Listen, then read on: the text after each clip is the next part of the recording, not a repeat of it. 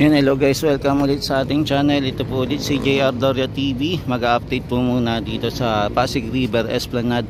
Nandito pa rin po tayo sa Phase 4 area, malapit po sa Manila Central Post Office. Dito po muna tayo mag-update. So mapapansin natin guys, etong ating giant tree lightning. So tara, simulan na natin yung pag-vlog guys.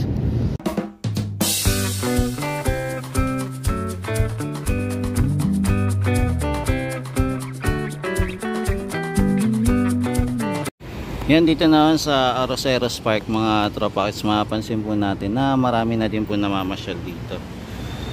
Ito po yung itsura ng ating Arroceros Park.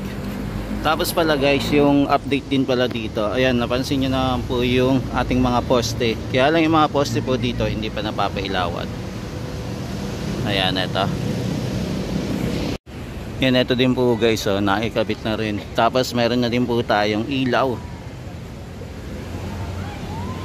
Yan, nailagay na nila yung poste. Before yung umiikot-ikot pa tayo dito, wala pa yung poste na yan. Pero ngayon meron na, diba? Bali, dalawa na yung nakikita natin. Yan, ito rin, meron na rin. Di bali mga dating ano to, mga lamppost na hindi din nagamit. Pero ngayon magagamit na po. Tapos ito din, oh. Yan, meron din dito. Di bali sa dalawa, tatlo, apat, lima. Dito wala pa. Ayun, wala pa dito. Hindi pa nalalagyan ng poste. Kaya abangan natin kung magkakaroon din dito. Pero nakatakip po muna eh.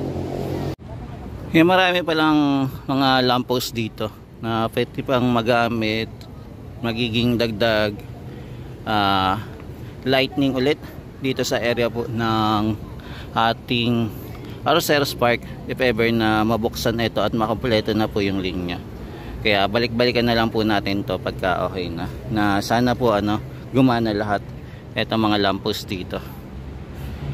Yung mga tropa is mapapansin po natin may mga lamppost na po na wala na pong ilaw. Baka napundido na po. Maging eto rin po na wala. Nandito po tayo sa pinakadulo po ng Arroceros Forest Park. Ito po yung itsura ng ating Arroceros Park. Ito nga yung update natin. Mapapansin nyo po na marami-rami na din po yung namamasyal dito. Nag-iikot, naka-picture. Dito po tumatambay kahit wala pong upuan. Pero pagka nabuo po kasi ito at kumpleto na, baka yung mga kababayan natin hindi na rin po makakatambay dito. Kasi syempre magkakaroon na po ng bike lane dito at saka walkway. Pwedeng may mga uupo, kaya lang pailan-ilan lang kasi magkakaroon din po kasi ng bawat area ng mga plaza. So ngayon nag-aantay pa rin po tayo ng budget kung kailan po masusundan yung ating mga project. Yan, punta na po tayo sa area naman po ng Phase 4 pa rin, malapit naman po sa Manila Central Post Office. Silipin naman po natin kung kamusta na po yung ating giant Christmas tree doon. So tara guys, let's go. Yan, dito naman po yung mga hukay-hukay natin. Okay na po, hindi pa po din sila nakapaglagay ng lamppost dito sa area. Kaya abangan natin yung mga lamppost na ilalagay po dito.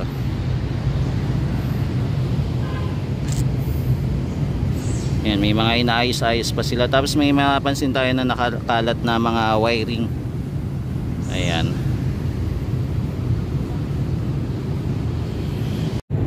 Yung giant tree lightning po ay open po sa December 1, 2025. So 6 PM. Kaya punta po tayo dito sa Lunes at abangan po natin itong Christmas giant tree lightning. Punta po tayo dito, malapit po sa Manila Central Post Office. So ito po yung itsura. Ngayon po ay nakasarado po muna, pero kompleto na po ito, nagawa na po. Ayan. Tapos meron na din po dito mga tindahan. Kaya abangan na lang natin yung opening na ito mga tropa.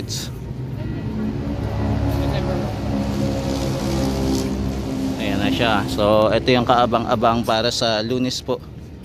nagkakaroon po ng event dito. Tapos meron na din po tayo mga food stall dito na naka-ready na for occupation na lang po, para pwede na po kayong mag-rent po dito. Yan, napakaganda po ng lugar dito at mag-i-enjoy po kayo, lalo na sa mga darating na mga program po na maganap po every Saturday po ng December.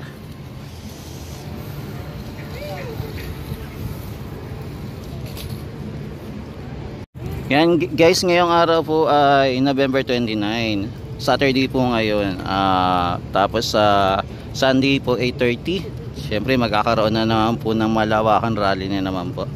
Pero nandito pa rin po tayo sa Esplanade, mag-a-update pa rin po ng pangyayari dito. So ito po yung itsura, kaya abangan natin guys sa Lunes po para sa opening po ng Giant Tree Lightning. So punta tayo guys dito. Baka sa Lunes po, baka puno na din itong nagtitinda dito. For the meantime, kung hindi pa lang naman, hindi pa pupuno. Pero abangan natin kung sa Lunes po, kung mapuno po nila etong mga food stall dito sa area po ng Phase 4. Yun yung mga halaman po pala dito, nilagyan ng pailo, kaya lang yung parang dead na rin yung yung mga halaman, dry na. Eto, lago niya pero parang namatay siya. Yung linagyan po nila ng Christmas light, eto ang ating mga halaman. Tapos ito din po yung ating mga lamppost, meron din pong pailaw. Yan, ito po yung itsura niya. Yan, nilagyan po ng pailaw. Yan, meron din naman pong dalawa dito na hindi gumana yung pailaw, hindi po gumana. Pero dito naman po okay naman po. Yan, ito po yung itsura ng ating pailaw dito sa Esplanade. Linagyan po yung pababa ng ramp po. Yan, linagyan nila ng Christmas light para medyo bongga ang dating. Ito lang po hindi gumana, itong dalawa. Yung mga tropas, nandito naman po tayo sa area po ng Plaza Mexico naman.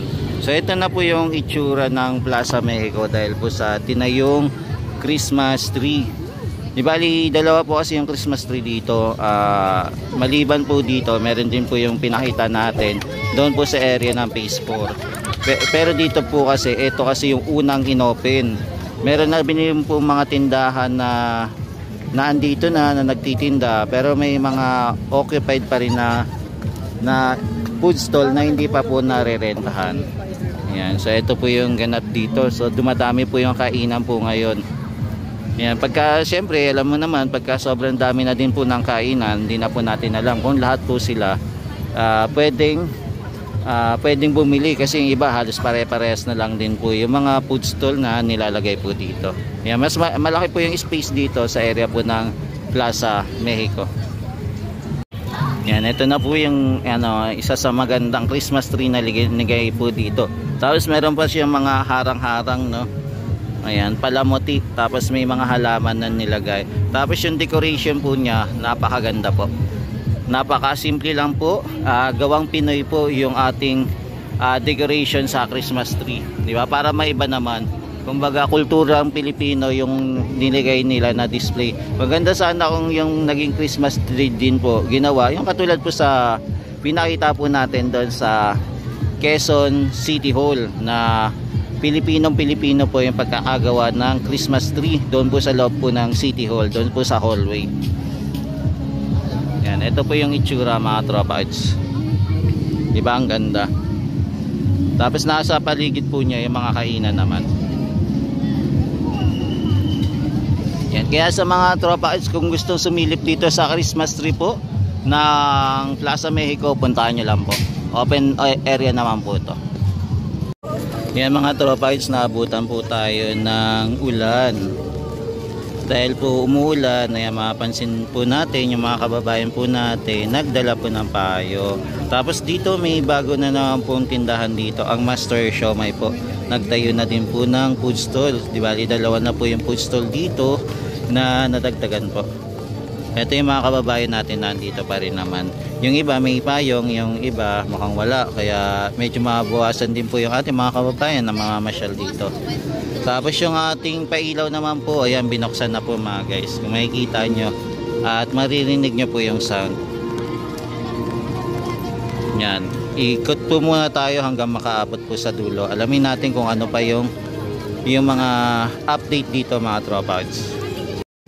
Kaya mga tropa, kung hindi sana umulan ngayong araw na to, marami sanang mamasyal pa. Kaya lang, dahil po naabutan ng ulan, medyo mabawasan yung ating mga kababayan. Naka mag-aantay pa tayo ng huminto para magsibalikan po ulit sila.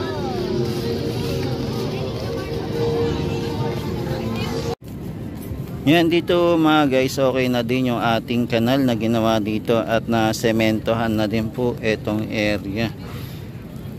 Na naikabit na po yung ating canal grills.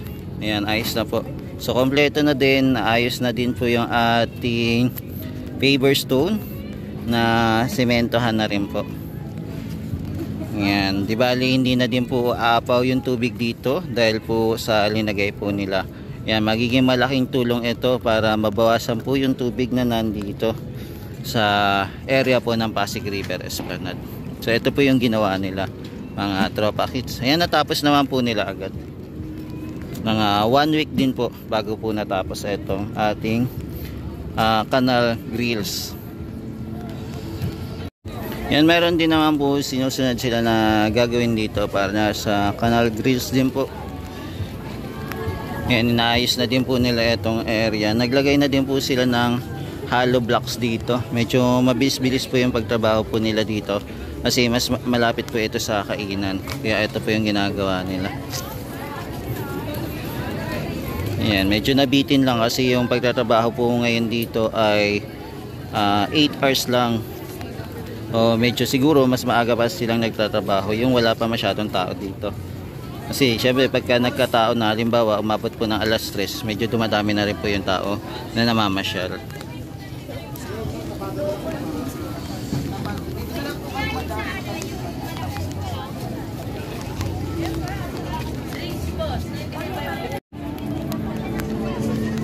Yan, marami pa rin pong namamasyal at kahit paano paambon-ambon lang po yung ating ulan, hindi naman po ganong kalakas.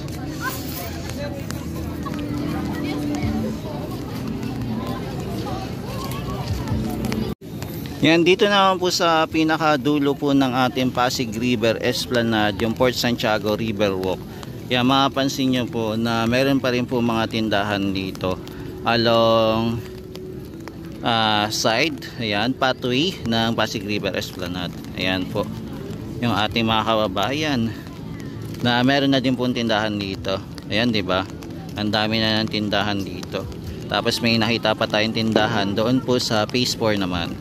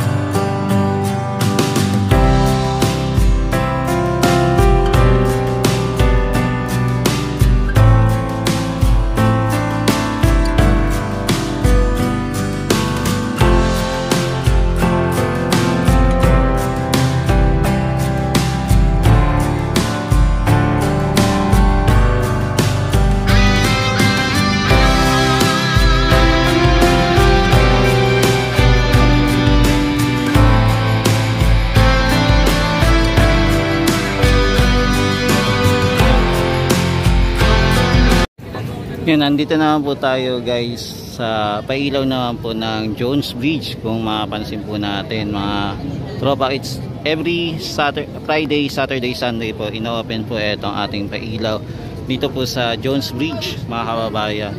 Kasi ito din po yung mga palamuti dito sa ating phase 1. Yan, napansin nyo po na marami pa rin po namamasyal kahit na po nagkakaroon po tayo ng pag-ambon.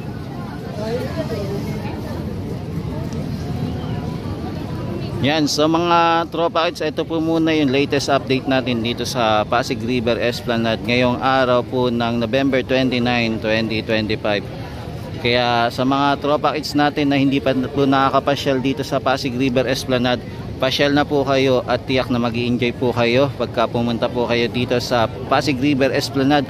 Grabe, buhay na buhay po ang Pasig River Esplanade at ang dami pong namamasyal dito. Yan, thank you guys. Ito po muna si JR Dora TV.